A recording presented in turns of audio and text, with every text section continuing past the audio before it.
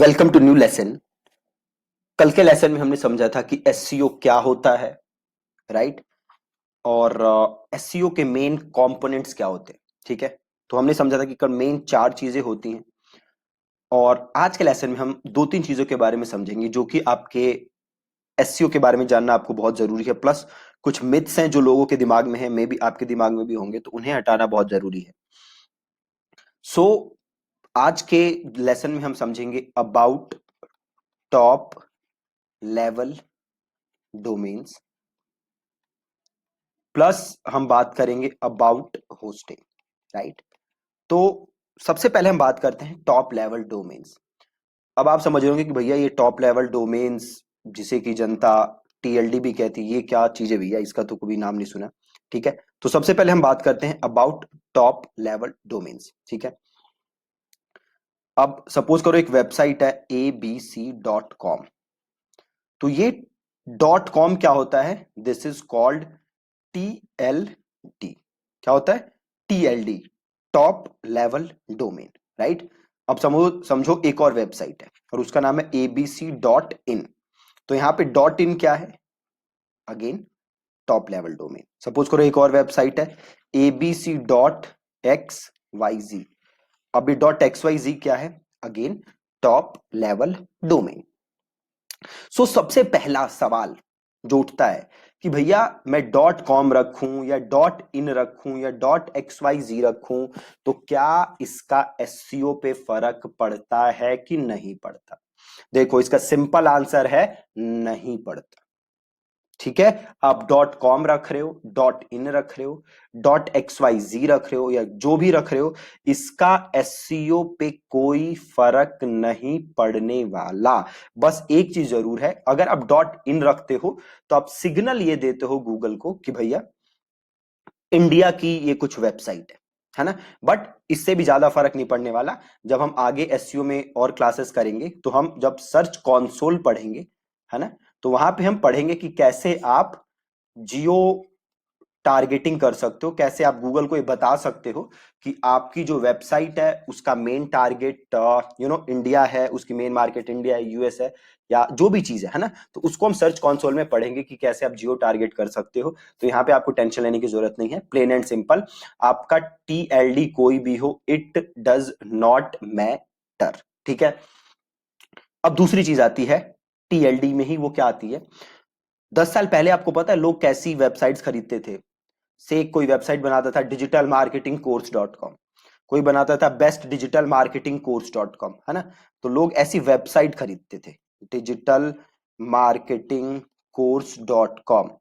ये बंदे जाते थे और खरीद लेते थे। और आपको पता है क्यों खरीदते थे? एक और एग्जांपल आपको देता हूं, digital marketing course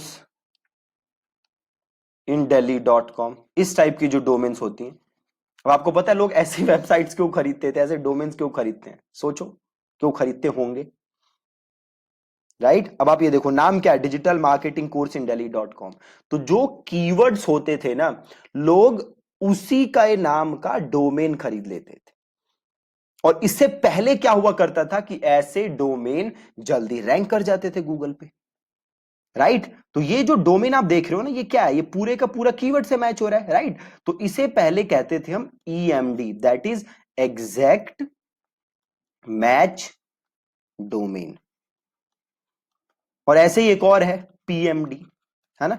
and PMD is partial match domain. अब जैसे मेरी वेबसाइट है, मेरी पर्सनल वाली वेबसाइट, कंपनी वाली नहीं, मेरी पर्सनल वाली वेबसाइट क्या है? Deepak Singh marketing dot com. तो मैंने यूज किया है मार्केटिंग कीवर्ड उसके अंदर, है ना?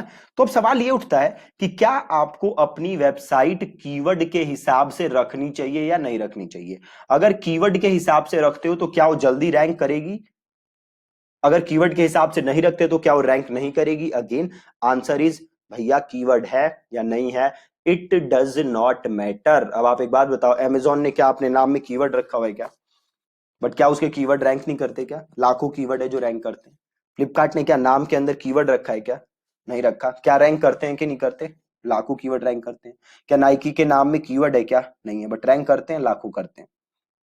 है ना। तो अब आपके नाम में कीवर्ड है या नहीं है, इट डज नॉट मैटर।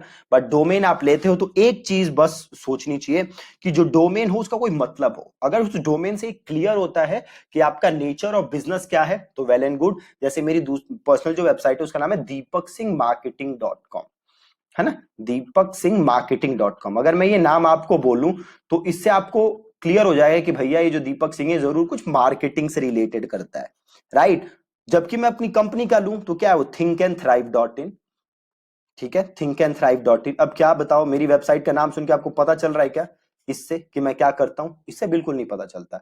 इससे पता चलता है क्या? हाँ बिल्कुल पता चल जाता है ना। बट क्या मेरे बिजनेस पे कोई फर्क पड़ रहा है क्या? बिल्कुल नहीं पड़ रहा। मैं पर्सनल वेबसाइट से तो बिजनेस करता ही नहीं, मैं अपने कंपनी की वेबसाइट से बिजनेस करता हूं। और थिंक एंड थ्राइव जो कीवर्ड है ये बहुत सारे लोग सर्च करते हैं, है ना। तो नाम से अगेन फर्क नहीं पड़ता। अगेन नाम अगर ये बताए कि क्या बिजनेस है तो अच्छा है, अगर ये नहीं है तो इट डज नॉट मैटर। अपना माथा फोड़ने की जरूरत नहीं है, ठीक है, प्लेन एंड सिंपल।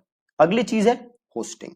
देखो, अगर आपको अपनी वेबसाइट रैंक करानी है ना तो आपकी वेबसाइट का जो पेज स्पीड है, जो लोड स्पीड है, वो अच्छा होना चाहिए, है ना।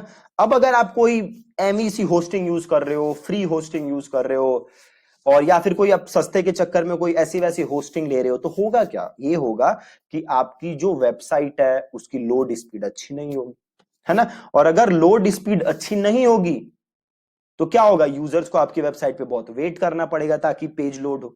और जब उन्हें क्या करना पड़ेगा? वेट करना पड़ेगा, तो गूगल के पास एक गलत सिग्नल जाएगा, राइट। गूगल के पास एक गलत सिग्नल जाएगा कि भाई ये वेबसाइट सही चलती नहीं है, इस पे बहुत वेट करना पड़ता है, जिससे कि यूजर एक्सपीरियंस खराब होगा, है ना। और अगर गूगल को वेट करना पड़ेगा, लोगों को वेट करना पड़ेगा, गूगल के पास गलत सिग्नल जाएगा, तो अगेन आपके कीवर्ड्स रैंक करने में मुश्किल होगी, ठीक है। सो मेक श्योर कि आपकी वेबसाइट जो है वो अच्छी होस्टिंग यूज कर रही है, बढ़िया होस्टिंग आप यूज कर रहे हो, फास्ट होस्टिंग यूज कर रहे हो। बहुत सारे अच्छे अच्छे होस्टिंग कंपनीज है, तो मैं यहाँ पे होस्टिंग रेकमेंड नहीं करूंगा आपको कोई भी। तो आप देख लो कि आप ट्रस्टेड होस्टिंग कंपनी यूज करो, अच्छी होस्टिंग कंपनी यूज करो, कोई एमईसी कंपनी यूज ना करो, राइट। तो ये कुछ बहुत इंपॉर्टेंट चीजें थी आज के लेसन में जो आपको पता होनी चाहिए। अब कल से जो लेसन है हमारा, उसमें हम अगेन कुछ जो हमारे लेसन है वो हम बात करेंगे। जो सबसे इंपॉर्टेंट चीज है एसईओ में, दैट इज कंटेंट। और देन हम कंटेंट के बाद बात करेंगे अबाउट कीवर्ड्स वगैरह, ठीक है जी। So that's it from this lesson. Again thank you so much for watching this video.